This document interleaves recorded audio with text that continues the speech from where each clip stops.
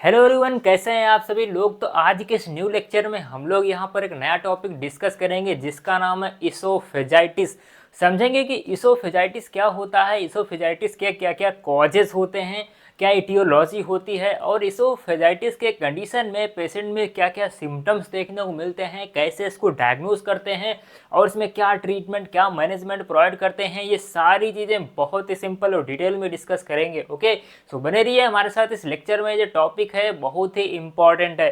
चलिए समझते हैं एग्जैक्टली इसोफेजाइटिस क्या होता है। दोस्तों यहाँ पर हम इसोफेजाइटिस की बात करें तो जो इसोफेजाइटिस है इसमें एक्चुअली दो वर्ड हैं, एक तो है इसोफेग, एक है इसोफेग, दूसरा है आइटिस। ठीक है, आइटिस का मतलब होता है inflammation.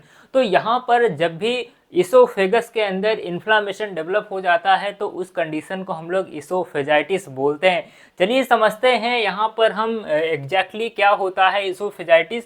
Oesophagitis refers to the inflammation of the oesophagus, the tube that connects the throat to the stomach. दोस्तों यहाँ पर जो इसोफेगस होता है ये क्या करता है, जो इसोफेगस होता है ये थ्रोट से लेकर के हमारा जो स्टमक होता है वहां तक होती है। ठीक है, ये जो ट्यूब होती है, एक ट्यूब होती है जो कि थ्रोट और स्टमक को कनेक्ट करती है। ये जो इसोफेगस होता है क्या होता है, थ्रोट और स्टमक को एक ट्यूब कनेक्ट करती है जिसको हम लोग इसोफेगस बोलते हैं, जैसा कि यहाँ पर आप इमेज में देख पा रहे होंगे। ये जो ट्यूब होती है जो कि थ्रोट और स्टमक को कनेक्ट करती है जिसको इसोफेगस बोलते हैं। तो यहाँ पर इस इसोफेगस में जब इन्फ्लामेशन डेवलप हो जाता है, जब यहाँ पर इन्फ्लामेशन डेवलप हो जाता है तो इस कंडीशन को हम लोग इसोफेजाइटिस बोलते हैं। राइट, अब यहाँ पर होता क्या है, जब भी इसोफेगस में इन्फ्लामेशन डेवलप होता है, जब भी इसोफेगस में इन्फ्लामेशन डेवलप होता है तब क्या होता है, जो इसोफेगस होती है, जो इसोफेगस ट्यूब होती है ये नैरो हो जाती है। ठीक है, नैरो हो जाती है जिसकी वजह से कई सारी प्रॉब्लम्स देखने को मिलती हैं। राइट, तो आई होप आप लोग इतना समझ गए होंगे। नेक्स्ट यहाँ पर हम बात करते हैं इटियोलॉजी की कि भाई जो इसोफेजाइटिस है इसके क्या क्या कॉजेज हैं। ठीक है, किसकी वजह से होता है, कौन कौन से इसके कॉजेज हैं वो समझते हैं। तो सबसे यहाँ जो फर्स्ट कॉज है वो है आपका गैस्ट्रोइसोफेजियल रिफ्लैक्स डिजीज। दोस्तों ये जो गैस्ट्रोइसोफेजियल रिफ्लैक्स डिजीज है इसको हम आगे बहुत ही प्रॉपरली इसको डिस्कस करेंगे। तो ये जो गैस्ट्रोइसोफेजियल रिफ्लैक्स डिजीज होती है इसके कारण यहाँ पर इसोफेजाइटिस देखने को मिलता है जिसको शॉर्ट में GERD बोलते हैं। ये जो GERD होता है ये इसोफेजाइटिस को कॉज करता है। ठीक है, जो सबसे इसका जो मोस्ट कॉमन कॉज है वो है हमारा GERD, जिसके कारण क्या होता है इसोफेजाइटिस देखने को मिलता है। अब यहाँ पर होता क्या है, GERD के कंडीशन में क्या होता है, जो स्टमक का एसिड होता है, जो स्टमक का एसिड होता है वो हमारे ट्रैकिया के अंदर बैकफ्लो होने लगता है। ठीक है, GERD के कंडीशन में। राइट, नेक्स्ट यहाँ पर जो कॉज है वो इन्फेक्शंस सच एज कैंडिडियासिस या फिर हर्पिज। कई बार क्या होता है कैंडिडा का इन्फेक्शन या फिर हर्पिज सिंप्लेक्स वायरस के इन्फेक्शन के कारण भी यहाँ पर इसोफेजाइटिस देखने को मिलता है। ठीक है, नेक्स्ट यहाँ पर कई सारी मेडिकेशंस होती हैं जैसे कि NSAID ड्रग्स या फिर बाइफॉस्फोनेट्स ड्रग्स। ये कई सारे ऐसे ड्रग्स होते हैं जिनको ड्रग इनटेक करने के कारण भी यहाँ पर इसोफेजाइटिस देखने को मिलता है। ठीक है, अगर कोई ऐसा पर्सन है जो एक्सेसिव NSAID ड्रग कंज्यूम करता है या फिर जिसमें जो ऐसा ड्रग है जिसमें बाइफॉस्फोनेट्स हैं, तो ऐसे ड्रग्स अगर कोई पर्सन एक्सेसिव अमाउंट में, ज़्यादा अमाउंट में कंज्यूम करता है तो उसके कारण भी यहाँ पर इसोफेजाइटिस देखने को मिलता है। ठीक है, नेक्स्ट यहाँ पर जो है वो है इयोजिनोफिलिक एसोफेजाइटिस। दोस्तों ये एसोफेजाइटिस का एक टाइप होता है इयोजिनोफिलिक एसोफेजाइटिस। ये एक्चुअली तब होता है जब कोई एलर्जिक रिएक्शन होती है। ठीक है, एलर्जिक रिएक्शन के कारण जो इसोफेजाइटिस डेवलप होता है उसको हम लोग क्या बोलते हैं, उसको हम लोग इयोजिनोफिलिक इसोफेजाइटिस बोलते हैं। ठीक है, तो यहाँ पर एलर्जिक रिएक्शन के कारण भी यहाँ पर हमें इसोफेजाइटिस देखने को मिलता है। नेक्स्ट यहाँ पर जो कॉज है वो है chemical injury from ingestion corrosive substance. मान लीजिए कोई ऐसा सब्सटेंस है, ठीक है, कोई ऐसा कोरोसिव सब्सटेंस है जो कि केमिकल इंजरी को कॉज कर सकता है। ठीक है, कई सारे ऐसे हार्मफुल सब्सटेंस होते हैं जो कि ट्रेकिया में क्या करते हैं, इंजरी कॉज करते हैं, केमिकल इंजरी कॉज करते हैं, जिसके कारण भी यहाँ पर इसोफेजाइटिस देखने को मिलता है। तो ये हमारे हैं कॉजेज जिनकी वजह से क्या होता है, इसोफेजाइटिस डेवलप होता है। नेक्स्ट यहाँ पर बात कर लेते हैं हम लोग क्लिनिकल मैनिफेस्टेशंस की, यानी कि सिम्टम्स की, कि भाई अगर किसी पेशेंट को इसोफेजाइटिस हुआ है तो उसमें क्या क्या सिम्टम्स देखने को मिलेंगे। तो सबसे पहले क्या होगा, पेशेंट में हार्ट बर्न देखने को मिलेगा। हार्ट बर्न में क्या होता है, हार्ट बर्न के कंडीशन में क्या होता है, जो स्टमक का एसिड होता है वो हमारे माउथ में बैकफ्लो होकर के माउथ में आ जाता है, ठीक है।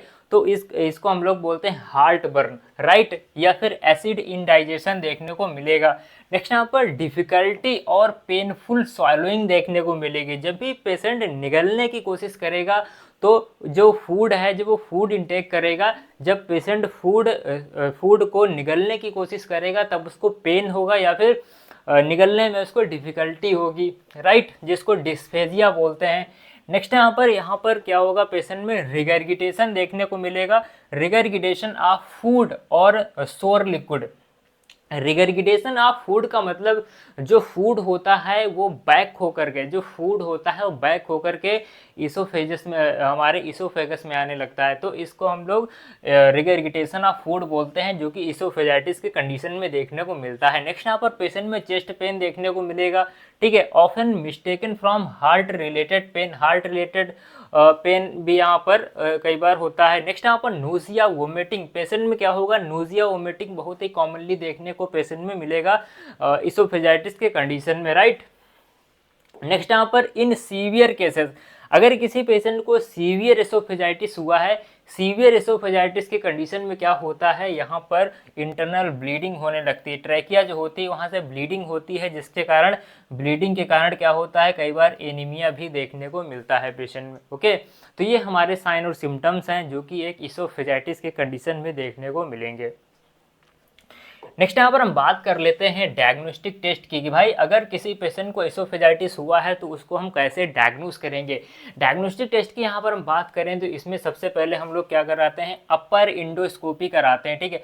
अपर इंडोस्कोपी में क्या होता है कि जो हमारी जो इसोफेगस होता है उसको विजुअलाइज किया जाता है, जो इसोफेगस का स्ट्रक्चर होता है उसको विजुअलाइज करने के लिए यहाँ पर हम लोग अपर इंडोस्कोपी करते हैं, ठीक है। अपर इंडोस्कोपी में क्या होता है, जो इसोफेगस होता है उसको विजुअलाइज करते हैं, देखते हैं कि इसोफेगस में कोई इन्फ्लामेशन, कोई डैमेज तो नहीं, कोई इंजरी तो नहीं है, राइट, कोई ब्लॉकेज, कोई ऑब्स्ट्रक्शन, कोई नैरोइंग तो नहीं है। ये सारी चीज़ें चेक करने के लिए यहाँ पर हम लोग अपर इंडोस्कोपी परफॉर्म करते हैं। नेक्स्ट यहाँ पर एंड टेक बायोप्सिस इफ नेसेसरी, कई बार क्या होता है बायोप्सी की भी ज़रूरत होती है, ठीक है। बायोप्सी टेस्ट करवाने के लिए यहाँ पर कई बार जो है जो इसोफेगस होता है वहाँ से सैंपल भी कलेक्ट करते हैं। नेक्स्ट यहाँ पर बेरियम सॉलो, देखिए यहाँ पर जो बेरियम सॉलो होता है ये एक टाइप का टेस्ट होता है जिसमें क्या होता है, कुछ केमिकल्स का यूज़ किया जाता है, ठीक है, कुछ केमिकल्स का यूज़ किया जाता है, जिसके बाद क्या होता है, पेशेंट की कुछ एक्सरे इमेजेस को कैप्चर किया जाता है, उसके बाद उसमें देखते हैं कि कोई एबनॉर्मलिटीज़ तो नहीं है, ठीक है। एबनॉर्मलिटी को डिटेक्ट करने के लिए यहाँ पर क्या होता है, यहाँ पर पेशेंट में बेरियम सॉलो टेस्ट किया जाता है, जिसको इसोफेगाग्राम भी बोलते हैं। ओके, नेक्स्ट यहाँ पर पेशेंट में क्या कराते हैं, पीएच मॉनिटरिंग, हम पेशेंट में क्या करते हैं, पीएच को भी मॉनिटर करते हैं, ठीक है। PH monitoring to assess acid level in the oesophagus, जो इसोफेगस होता है उसमें एसिड का लेवल कितना है, एसिड जो है इसोफेगस के अंदर उसका पीएच कितना है, वो भी सारी चीज़ें हम लोग यहाँ पर चेक करते हैं, ठीक है, मॉनिटर करते हैं। 24 आवर पीएच टेस्ट। ओके, तो ये हमारे हो गए डायग्नोस्टिक टेस्ट। नेक्स्ट यहाँ पर लास्ट में बात कर लेते हैं मैनेजमेंट की। अब भाई हम पेशेंट को क्या मैनेजमेंट, क्या ट्रीटमेंट प्रोवाइड करेंगे, तो सबसे पहले क्या यहाँ पर हम करते हैं, सबसे पहले लाइफ स्टाइल मॉडिफिकेशन करते हैं। क्या करते हैं, लाइफ स्टाइल मॉडिफिकेशन, जो हमारी लाइफ स्टाइल है उसको चेंज करते हैं, ठीक है, उसको चेंज करते हैं। क्या क्या चीज़ें चेंज करते हैं, सबसे पहले क्या करते हैं, अवॉइडिंग ट्रिगर्स फूड, ऐसे फूड्स को अवॉइड करना है जो कि इसोफेजाइटिस को ट्रिगर करते हैं, ठीक है, जैसे कि स्पाइसी फूड है, ठीक है, एसिडिक फूड है, या फिर जो फैटी फूड्स होते हैं उनको अवॉइड करना है। ओके, नेक्स्ट यहाँ पर ईटिंग स्मॉलर मील को इंटेक करना है, मतलब बहुत थोड़ा थोड़ा खाना जो है इंटेक करना है। नेक्स्ट यहाँ पर not laying down immediately after eating, जैसे ही आप खाना खाएं, खाना खाने के बाद आपको लेटना नहीं है, ठीक है, आपको जो क्या करना है, लेटना नहीं है। नेक्स्ट यहाँ पर क्या करना है, वेट लॉस इफ ओवरवेट, अगर कोई ऐसा पेशेंट है जिसको ओवरवेट है, मतलब बहुत ज़्यादा वेट है, तब उस कंडीशन में वेट को भी लॉस करना है। नेक्स्ट यहाँ पर हम क्या करेंगे, कुछ मेडिकेशंस का भी यूज़ करते हैं, ठीक है, इसोफेजाइटिस के कंडीशन में हम यहाँ पर कुछ मेडिकेशंस का भी यूज़ करते हैं। मेडिकेशंस की यहाँ पर बात करें तो सबसे पहले यहाँ पर पेशेंट को प्रोटॉन पंप इनहिबिटर्स दिए जाते हैं। दोस्तों ये जो प्रोटॉन पंप इनहिबिटर्स होते हैं ये बहुत ही इफेक्टिव ड्रग्स होते हैं यहाँ पर इसोफेजाइटिस के कंडीशन में, ठीक है। ये जो प्रोटॉन पंप इनहिबिटर्स होते हैं ये स्टमक के एसिड को रिड्यूस करते हैं, ठीक है। स्टमक में एसिडिटी को रिड्यूस करने के लिए यहाँ पर प्रोटॉन पंप इनहिबिटर्स दिए जाते हैं। अगर यहाँ पर अगर हम एग्जांपल्स की बात करें तो ओमेप्रोजोल और पेंटाप्रोजोल, ये जो ओमेप्रोजोल और पेंटाप्रोजोल होते हैं ये क्या करते हैं, ये स्टमक के अंदर एसिड प्रोडक्शन को डिक्रीज करते हैं, ठीक है। नेक्स्ट यहाँ पर हम पेशेंट को एंटासिड देते हैं, जैसे कि H2 ब्लॉकर्स देते हैं जो कि न्यूट्रलाइज करते हैं, जो स्टमक में एसिड प्रोडक्शन होता है उसको न्यूट्रलाइज करने के लिए यहाँ पर एंटासिड देते हैं, या फिर जो H2 ब्लॉकर्स होते हैं ये ड्रग्स पेशेंट को दिए जाते हैं। नेक्स्ट यहाँ पर एंटी फंगल मेडिकेशंस, हम यहाँ पर कई बार पेशेंट को एंटी फंगल मेडिकेशंस भी देते हैं अगर फंगल इन्फेक्शन हुआ है, अगर फंगल इन्फेक्शन हुआ है उसकी वजह से अगर इसोफेजाइटिस हुआ है तो यहाँ पर हम एंटी फंगल मेडिकेशन भी देते हैं। नेक्स्ट यहाँ पर पेशेंट को कॉर्टिकोस्टेरॉइड्स भी दिए जाते हैं। अगर पेशेंट को इयोजिनोफिलिक इसोफेजाइटिस हुआ है, मतलब एलर्जी की वजह से अगर इसोफेजाइटिस हुआ है, तब उस कंडीशन में यहाँ पर पेशेंट को कॉर्टिकोस्टेरॉइड ड्रग्स प्रिफर किए जाते हैं। जो कॉर्टिकोस्टेरॉइड ड्रग्स होते हैं ये इन्फ्लामेशन को रिड्यूस करते हैं, ओके, और एलर्जिक रिएक्शन को भी कम करते हैं। नेक्स्ट यहाँ पर क्या है, ट्रीटमेंट ऑफ अंडरलिंग कॉज, मतलब जिसकी वजह से हो रहा है एसोफेजाइटिस, ऐसे कॉज को ट्रीट करना। जैसे कि कई बार क्या होता है, इन्फेक्शन की वजह से इसोफेजाइटिस होता है तो हम उस इन्फेक्शन को ट्रीट करते हैं। जैसे कि अगर वायरल इन्फेक्शन है तो एंटीवायरल ड्रग्स दे देते हैं, अगर फंगल इन्फेक्शन है तो एंटी फंगल मेडिकेशंस दे देते हैं, राइट। नेक्स्ट यहाँ पर डिसकंटिन्यूइंग और एडजस्टिंग मेडिकेशंस कॉजिंग इसोफेजाइटिस, हमने कॉजेज में देखा था कि जो NSAID ड्रग्स होते हैं वो क्या करते हैं, इसोफेजाइटिस को कॉज करते हैं। तो ऐसे ड्रग्स को अवॉइड करना है, ऐसे ड्रग्स को डिसकंटिन्यू करना है जो कि एसोफेजाइटिस को कॉज करते हैं, ओके। नेक्स्ट यहाँ पर कई बार क्या होता है, डायलेशन करना होता है, क्योंकि होता क्या है यहाँ पर जो इसोफेजाइटिस के कंडीशन में जो इसोफेगस होती है वो नैरो हो जाती है, तब उस कंडीशन में सर्जिकली यहाँ पर इसोफेगस को डायलेट किया जाता है, मतलब उसके डायमीटर को इंक्रीज किया जाता है, ठीक है। In cases of severe narrowing of the oesophagus, अगर किसी पेशेंट को सीवियर इसोफेजाइटिस है, सीवियर जो है वो नैरो हो गई है इसोफेगस, तब उस कंडीशन में यहाँ पर डायलेशन की भी रिक्वायरमेंट होती है, जिसमें क्या होता है, जो इसोफेगस होती है उसके पासेस को वाइडन किया जाता है, मतलब उसको चौड़ा किया जाता है, डायलेट कर दिया जाता है, जिससे क्या होता है जो फूड है वो आसानी से जाने लगता है स्टमक के अंदर, ओके।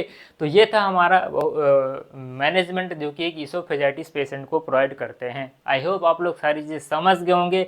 अगर आपको नोट्स चाहिए तो आप हमारे GS मेडिकल एकेडमी एप्लीकेशन को गूगल प्ले स्टोर से डाउनलोड कर सकते हैं, लिंक आपको डिस्क्रिप्शन में मिल जाएगा, वहाँ से इस PDF नोट्स को आप डाउनलोड कर सकते हैं, okay. So thank you so much for the watching.